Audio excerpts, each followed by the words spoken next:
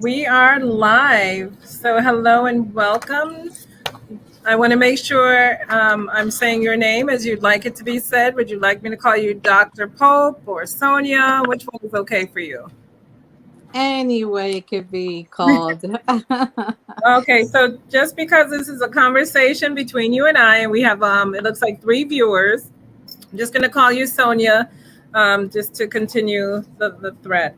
So thank you for joining the Amherst Pelham Regional Schools and the Fort River community today for an opportunity to talk about who you are and why you are the best person for our position. So the staff and caregivers were given an opportunity to submit some questions for you. And in addition to the questions that they submitted, you may also hear some from when you interviewed with us early last week, I believe it was, right? Last week. And right, so you'll have an hour to answer 14 questions. I threw in two more at the end, so that'll go by really quickly. And if there's enough time and there's any questions submitted in the chat, then I'll ask those questions too. So, are you ready for question number one? Go for it. All right. So, Sonia, please tell us about yourself. What roles, responsibilities, or experiences and licenses you may hold that helped you to prepare to be the next principal of Fort River Elementary School? Absolutely. So I go way back, starting as a kindergarten teacher, which was one of the most powerful jobs that one can have in the field of education. Um, After the becoming a teacher and teaching kindergarten, then first, fifth grade, middle school, I went into becoming a guidance counselor. I wanted to link the needs of the students into counseling, and I went that route. I did my certification in guidance counselor as well. And then I work helping kids with social emotional needs, and then I was offered the position to work as the school principal for the Holyoke Community Charter School, in which I have been there for 16 years now. Um, is a love, is passion, is dedication. It's making a difference. It's going home every day with the notion that you have touched somebody's life that day, and that you had made a difference in somebody's family, and that you know that they know that you care, and that for me has been the most powerful feeling in this profession. Um, and so prior to that, I did a program called Upward Bound, which is a federal TRIO program in which I help, I will say, hundreds and hundreds of students um, uh, achieve college. Been able to be the very first ones in their families to go on to college, but not only get them to the step of going to college, but to really make sure that they actually finish the 4th or 5th year, because the vast majority of the first generation will take 5 years to finish college. And so I was there, even though it was not required. I was there because I wanted to make sure that they will come back with that degree. And to build up into what I do, now many of those students are actually staff members in the school that I am directing. So that family unit and that belief in that every child can succeed is coming back to our building, and is making a difference in other little ones. Well, thank you. That is important and a great accomplishment on your behalf. Our school district holds many important values and initiatives, including social justice, project based learning, and arts integration. It says the practical implementation of these can be challenging due to limited time and scheduling requirements. So, as principal, how would you advocate for these initiatives? and in your decision making and negotiating around scheduling and logistics? That is quite the challenge, and I have to say that that's one that I advocate for. In my current job, I have a period that I call student life. And so it's a period that other schools might call advising, that might call leadership. But for me, it's a period where I actually meet the students for who they are. What do they have a passion for? And we develop that in different many ways.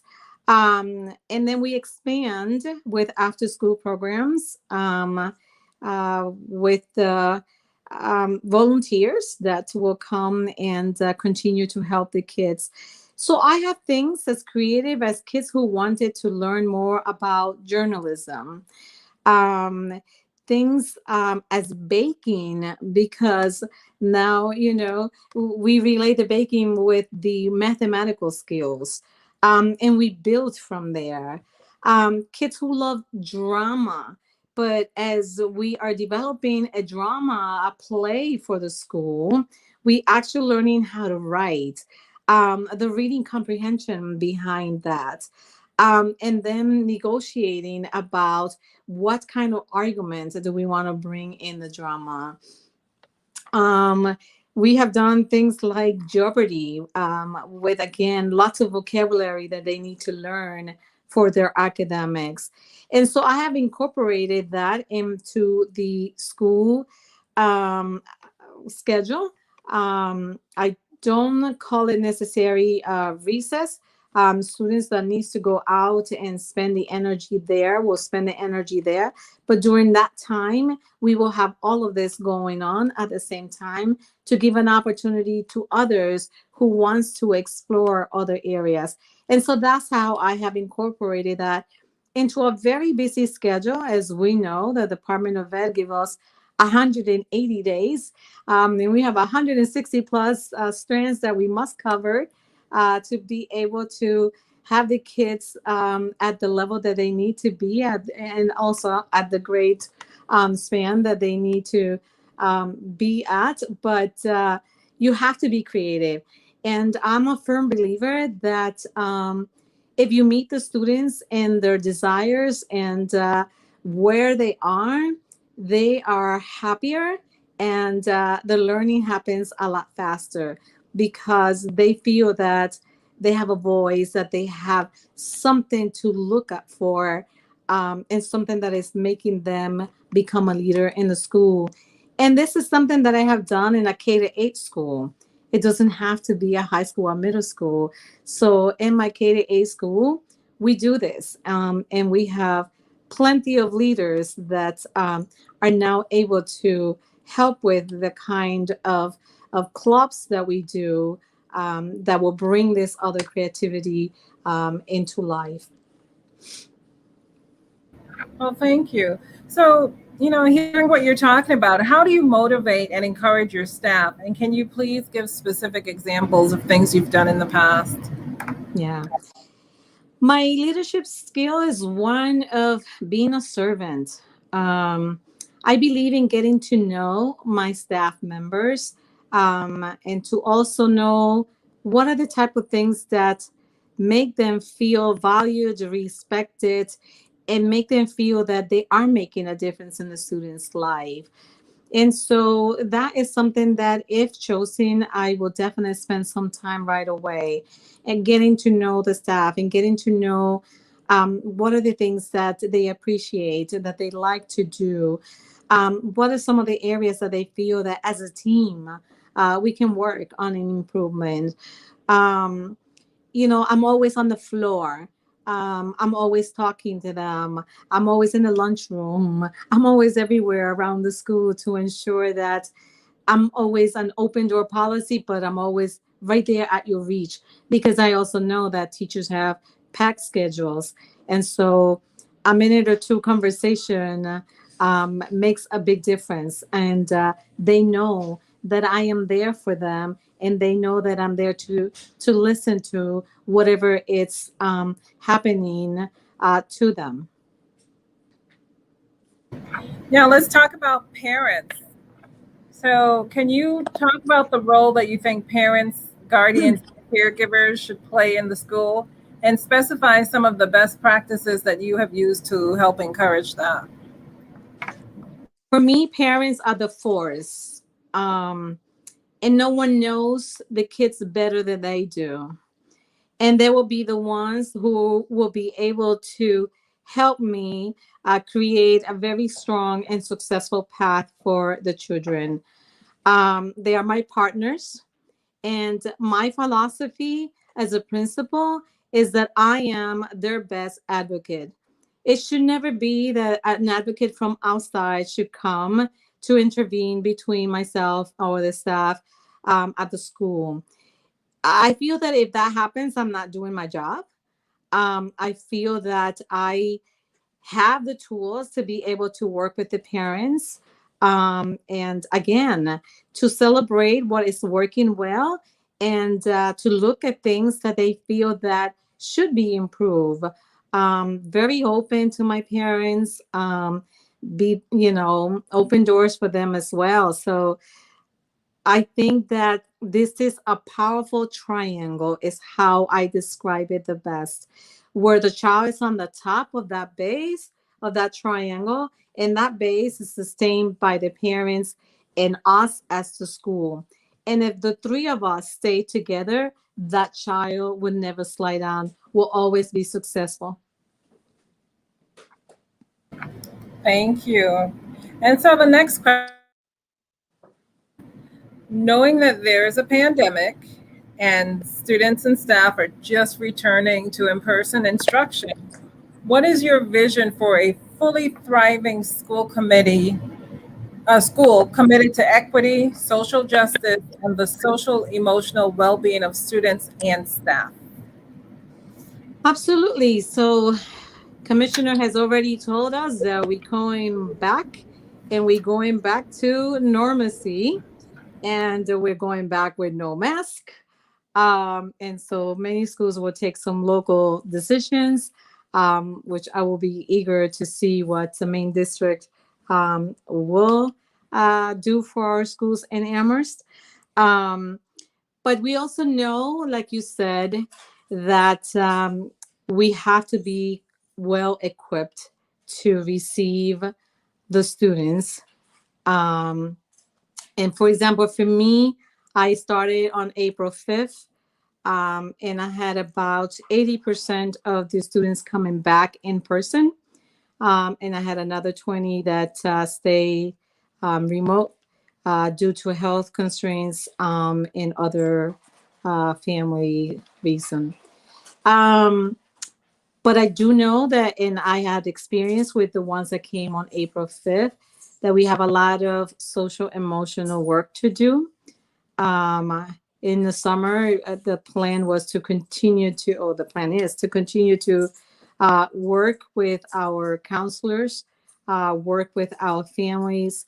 Many of the students are in depression after losing family members, after losing parents, uh, the grandparents that were caregivers, going through the trauma that this pandemic left in our lives. Um, and so you need to know that you must take care of that component before you can take care of anything else. If we do not work in our social, emotional, and health needs, in our mental health needs, we're not moving forward. So that's the number one priority, which will require for us to have a very solid plan with guidance counselors, with whoever is in the school setting to work with students, equipped the teachers prior to opening the doors to the students for that full normalcy year that Commissioner expects us to have.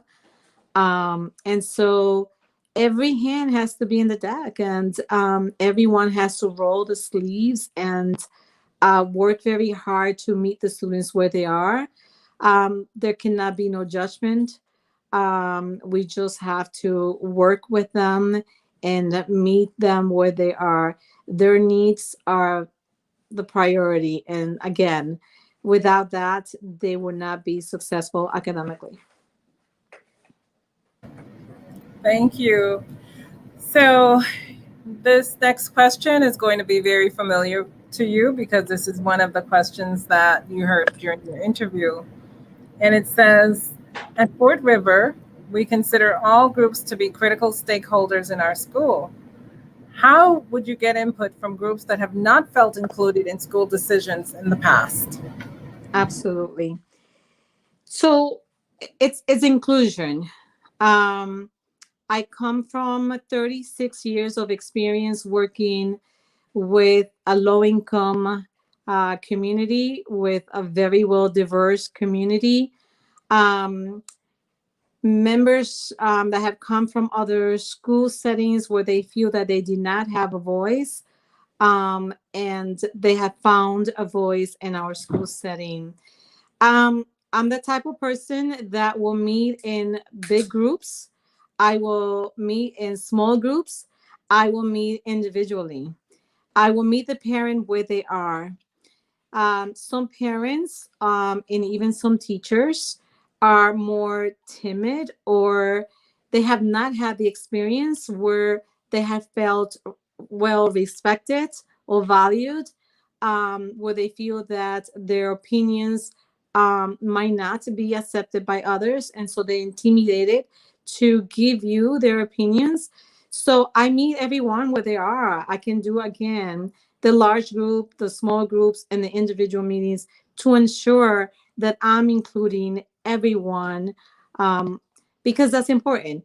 I think that even when I don't touch one family, then I'm not doing my job. It is important that I meet everyone, and that once more, they feel valued, they feel respected, they feel that we are one family, they feel that they are part of the process.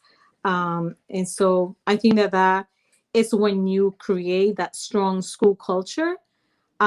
It's when you build a strong family that is able to talk about things that happen in a positive, productive manner, instead of pointing fingers, if you will. And so that school culture, that it's important. That's the environment that I have created across the years that I have been serving as school principal. Nice. So, tell us about your ideal discipline policy and how would you develop such a policy? Sure. Discipline is something that I always look in a positive way. Um, I Before I talk about child's discipline, I need to know the child, and I need to know where the child's coming from.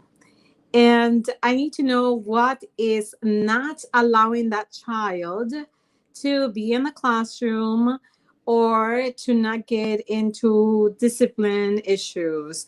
Um, After that, then I can talk about discipline. But I am the person that reverse negative behaviors into positive. And so, how do I do that? Again, I look at the child as a whole. There's something in that child that is going to shine, that is going to come up, that he has an interest, him or her has an interest in. And you just have to hold on to that, and you have to build on that. And I bet you for anything, because I have seen it for this many years, how that negative behavior switch into something positive, because I have made that child part of the school and part of something that he or she is looking forward to come to every day at school. And so now it's my partner. It's the teacher's partner, and is a student leader, and others sees like, oh, this used to happen with my friend, but now he or she is doing this. And so those are the things that I promote and discipline. Um, I don't believe on, you know, suspending, for example. That is the very last resource. Um, I will work with that kiddo until I can no more. And obviously, we have to be realistic. Sometimes we do have to do it. Um, and it's a merit depending on the situation. But I work hard to be proactive and not reactive. And so I can just help to modify behaviors before they become an issue where we actually have to suspend. And so that's the grassroots that I do when I'm learning the new community. And when I arrived at my place back in 2006, boy, did I confront issues. I scratched my head and I said, oh Lord, what did I get into? But it took few months for me to really look at the kids and meet with this. I was meeting with kids all the time, and they developed that respect for me, and they developed that trust in me. They knew that I was not there to judge them, to criticize them, to suspend them, or to do anything. I was there to help. And so that's how I was able to reverse negative behaviors into positive ones. Thank you for that. So can you tell us about a time when you had to make a decision that you knew would be unpopular? What steps did you make, did you take prior to making the decision, and how did you handle the pushback, if any? Yep. Every principal goes through that. Um, I think that one of my unpopular decision was when I had to work with my board of trustees and we had to expand the academic day. And so, then we went from that 8 to 2:45 was no longer an option. We were going to work from 8 to 4:30. Well, so that didn't sync well. And so how did I deal with that? I got all my teachers, and I says, this is why we are doing this. So I presented data. Data, it's very important. I said, this is where the kids are. This is where we must bring the kids. And obviously in Holyoke, that was a major goal for us. It was my challenge as a school principal in Holyoke. And so the teachers were compassionate about it. And although it was not the best thing to do for their schedule, at the end, they line up with the mission, they line up with the goals. We did it. I only had few that left, but the rest stayed with me as strong soldiers, and we rolled our sleeves and we made it happen. If you look at the statistics that is open information, public information, you will see that we started very low back in 2006, but now 2020, you will see the students that they um, went way beyond the sister schools in Holyoke, and they very close as state targets. And that was the work and the decision that we made because we knew that our students needed that. And it took this group of professionals to, breathe very hard and accept the decision, walk the path with me. And we're very proud of what we have now in 2021. Congratulations on that. At this point, I'd like to stop and offer you an opportunity to get a drink of water because I know you've been speaking for about 25 minutes, and it'll be good to just rehydrate. Thank you for doing that. Okay, so the next question says, Please give us some examples of how you will connect with elementary age children at Fort River to develop meaningful relationships with all of our students. Please demonstrate your knowledge of engagement with this age group of students when responding. And we'd like 2 to 3 examples if that's possible. Absolutely. Elementary level is one of my passions. Like I said, I started with kindergarten, and when I'm stressed out about whatever is happening in the job, you will find me in a kindergarten class.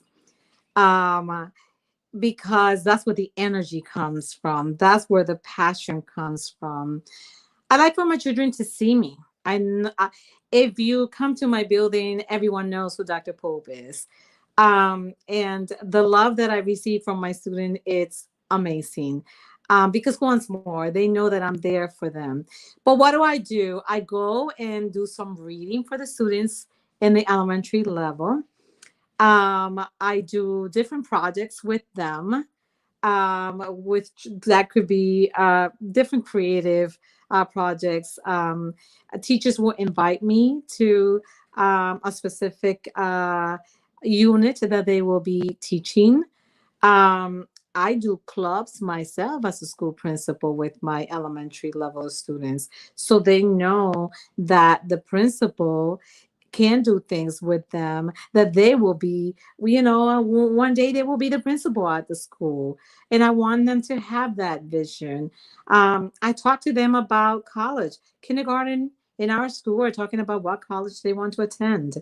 um, so it's a bunch of things that I do, whether that is going to paint with them, whether that is reading for them, whether that is teaching them a lesson in Spanish one day, so they know the value of having two languages.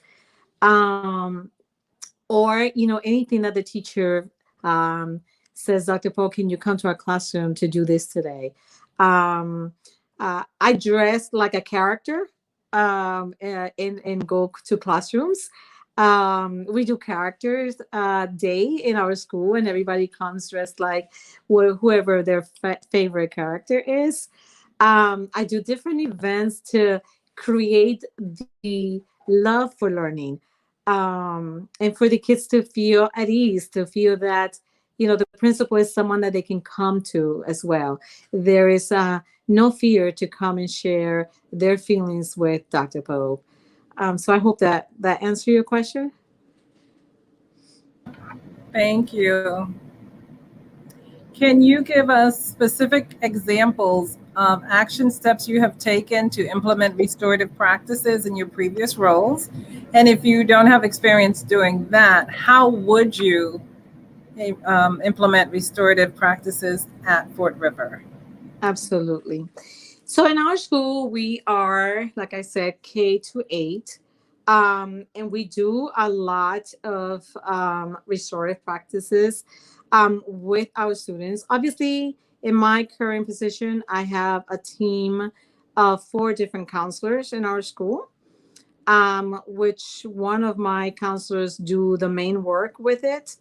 But we do a little bit of PBIS, or the restorative practices, or a lot of mediation.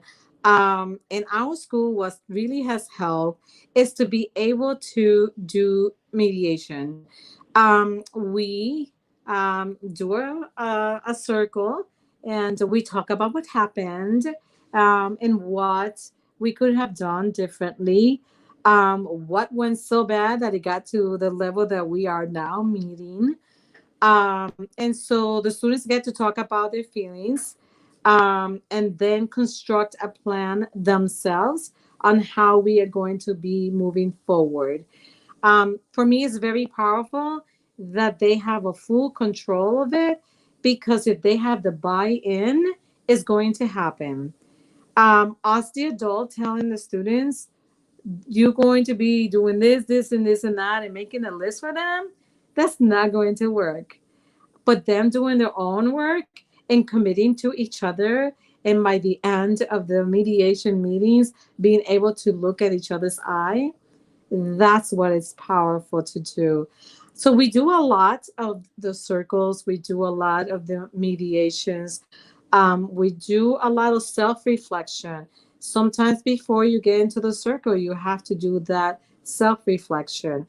Sometimes the kids are very upset, and it is not productive to put them in the face of the other student.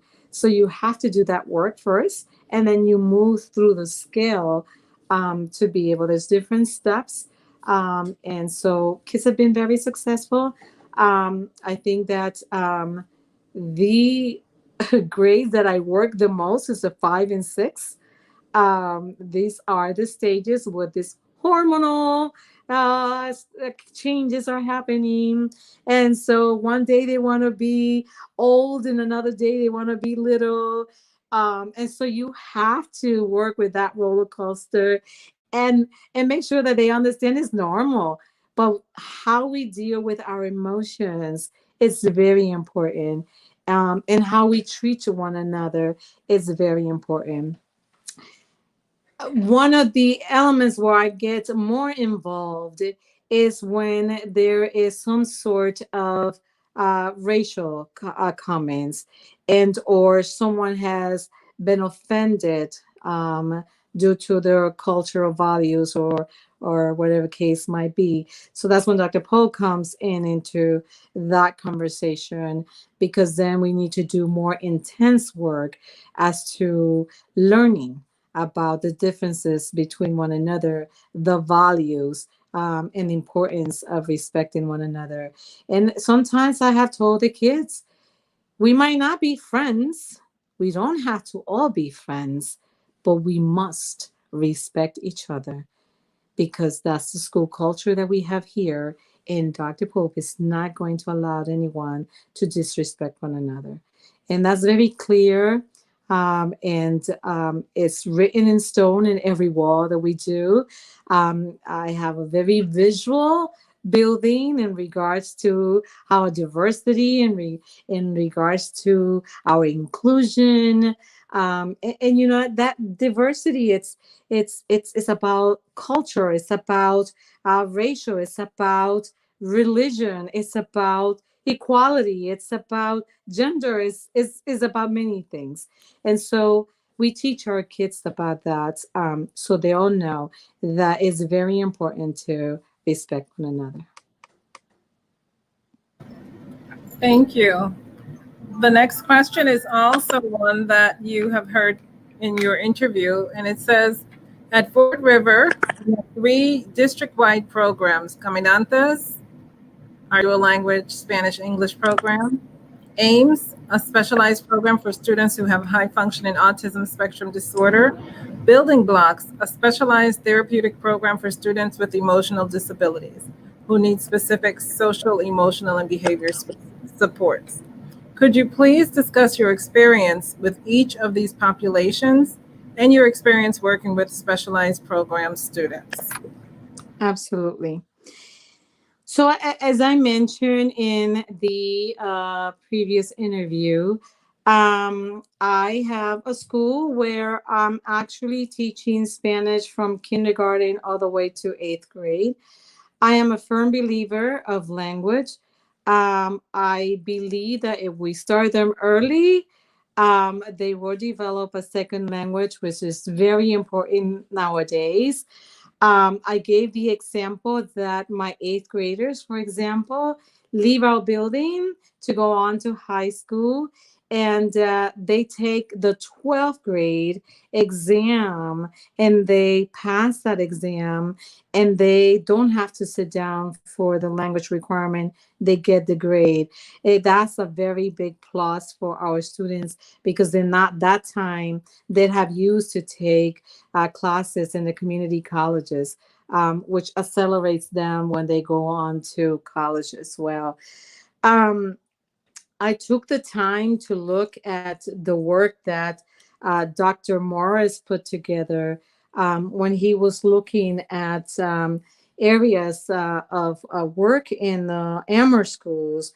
And he identified the socioeconomical balance, the specialized special ed programs improvements, what could we better do to continue to help the students and the families.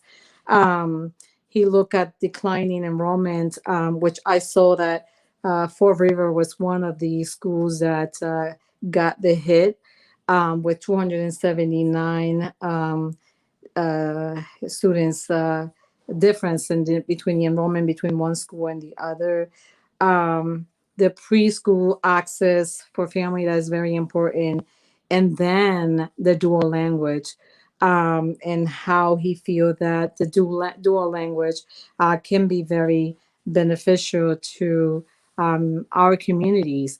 Obviously, the Amherst community has changed across the years. I have been here for 36 years now.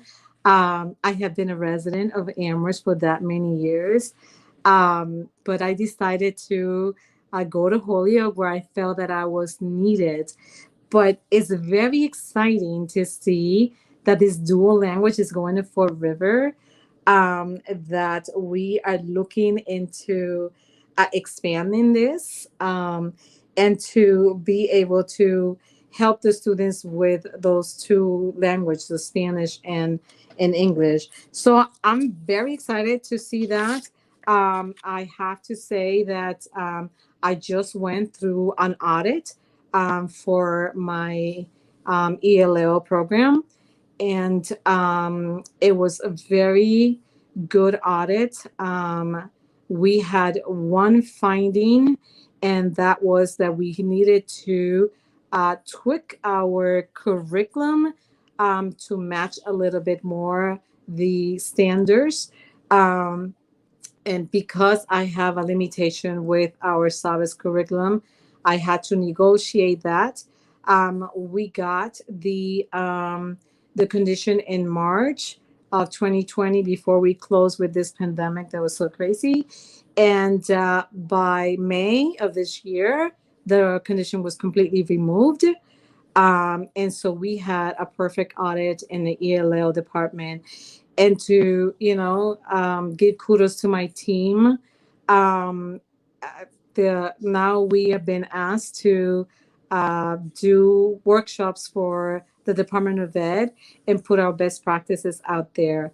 So ELL dual language is a passion of mine, and I know that if chosen, I will roll my sleeve and make sure that things are going well in that area.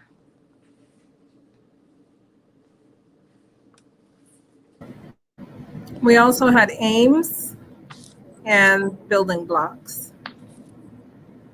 Aims for mathematics, correct? Are you muted?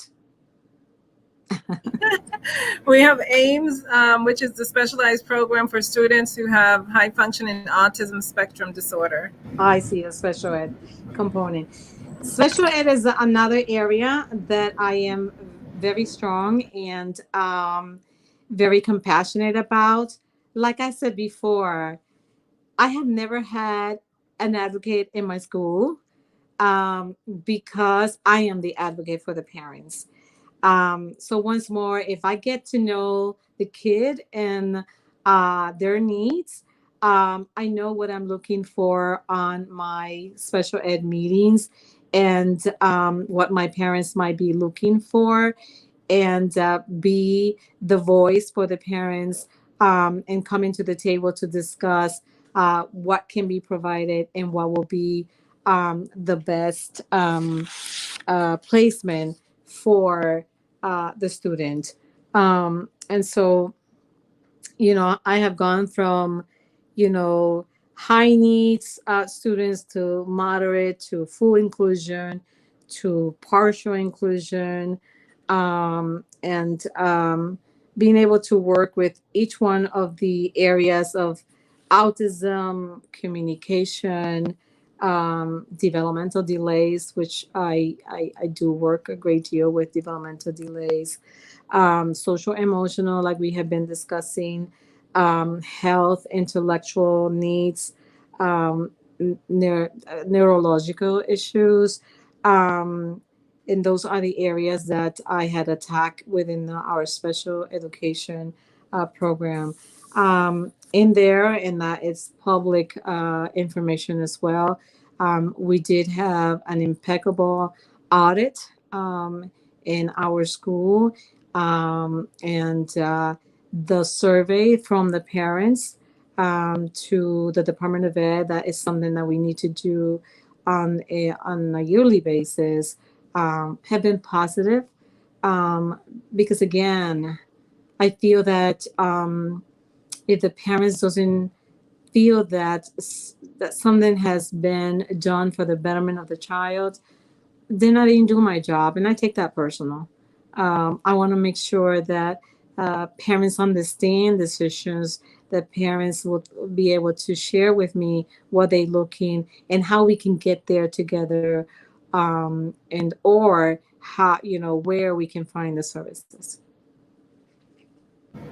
Thank you. So another one that you should be familiar with is Caminantes, is the dual language program at Fort River. You touched on this. How will you support the mission, staff, families, and curriculum of this program and serve as an ambassador in the larger community? I think I will be a very passionate ambassador for the program. As I mentioned before, I'm a firm believer of it. Um, you have two of my staff members already in the program who left the school when they heard that Amherst is doing this. And they can attest to the kind of work that I do around dual language. Um, Once more, I will roll my sleeves, see what has been done, what is working well, how can we move it forward. I'm not the type of person that becomes complacent.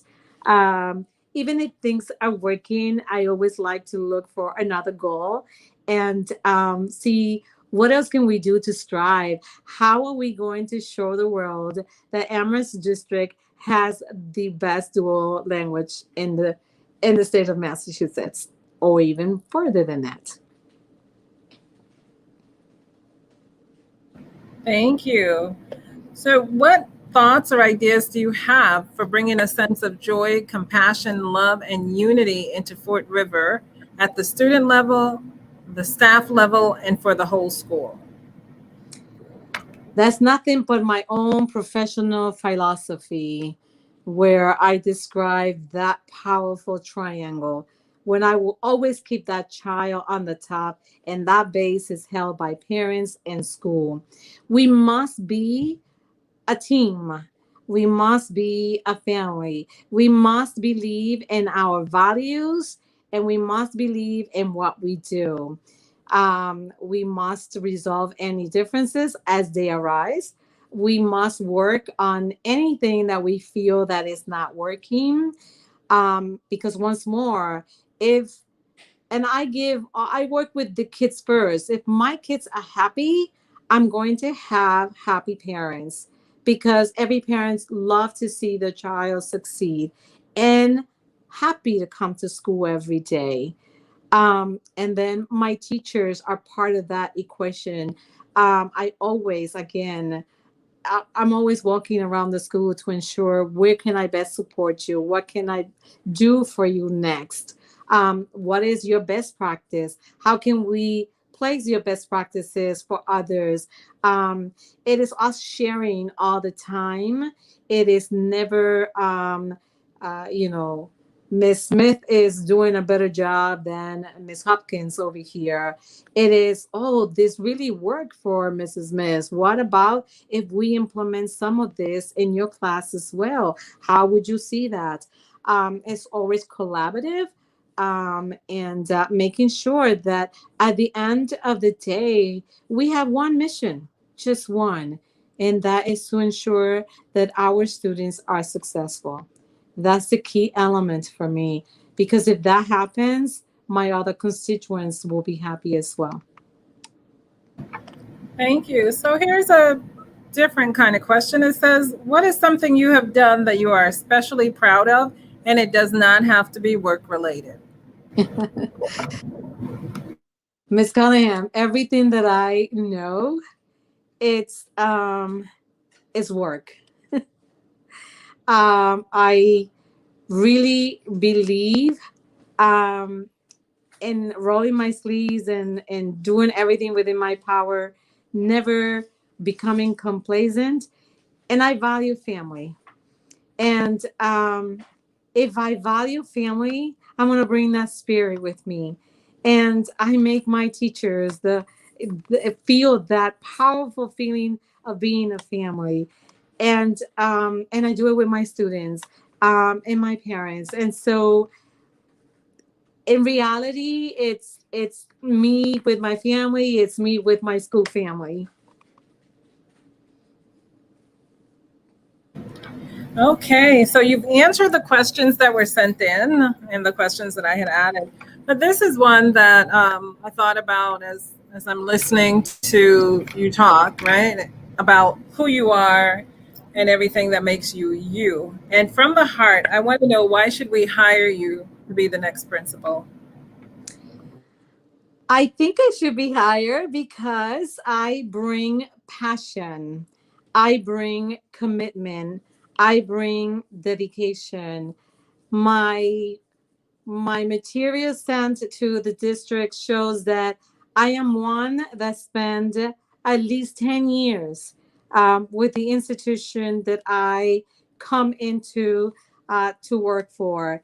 I want to leave a legacy. I want to leave something concrete. I want to leave something that someone can pick up and continue to go and not be afraid that something is going to collapse.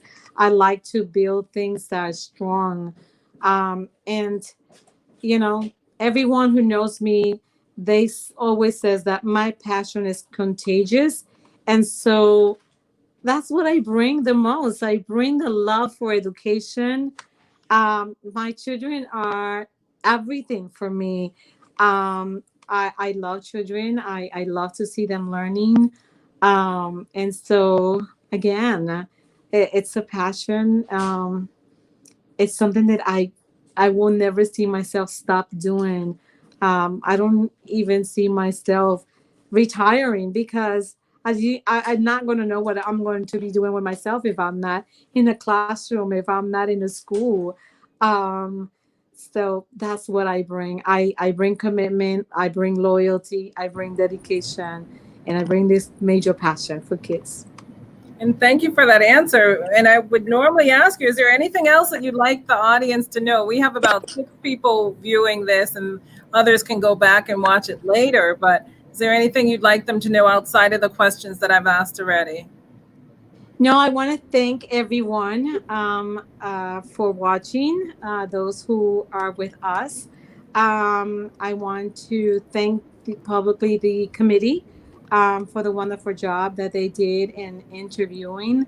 I feel the questions were a reflection of what Amherst is and want to be. So again, I am a resident of Amherst. I think it's my turn to bring the passion to our schools here, and I'm ready to do so. And please know that I am committed and that I'm a hardworking person. Well, thank you for joining us today, Dr. Pope, to talk about your experiences and what makes you you and why that's going to be a tremendous asset to the Fort River family and community. So we thank all who are watching tonight also, and we will continue with the forums tomorrow. And everyone, you take care. And Dr. Pope, you can hold on as I end the broadcast. Sure.